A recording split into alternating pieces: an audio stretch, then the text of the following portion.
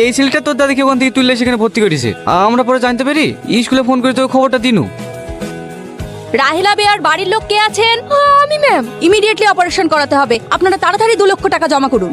এত টাকা আমি এখন কোথায় পাবো? আপনি অপারেশনটা শুরু করতে বলুন, আমি টাকা ম্যানেজ করছি। না না, এখানে এরকম কোনো রুলস নেই। আগে টাকা জমা করুন, তারপরে অপারেশন শুরু হবে। আপনি তাড়াতাড়ি অপারেশন শুরু করতে বলুন। আপনি কোনো চিন্তা করবেন না, দাদি খুব তাড়াতাড়ি সুস্থ হয়ে যাবে।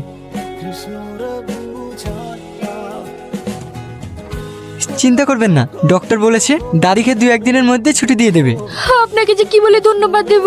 মানুষ হয়ে যদি মানুষের উপকার করতে না পারি তাহলে মানুষ হলাম কি করে? কিন্তু আমি একটা জিনিস বুঝতে পারছি না, দাদি রাস্তাঘাটে এত সাবধানে চলাফেরা করে, তাও দাদির অ্যাক্সিডেন্ট হলো কি করি? এই যে শুনছেন? আচ্ছা চুমকি, তুমি আমার একটা হেল্প করতে পারবে? আমি আপনাকে কিভাবে হেল্প করব? তোমাদের গ্রামের নদীর পাশে যে 50 বিঘা জমিটা নেই, ওই জমিটা পেলে আমাদের আর কে কোম্পানির খুব উপকার হতো।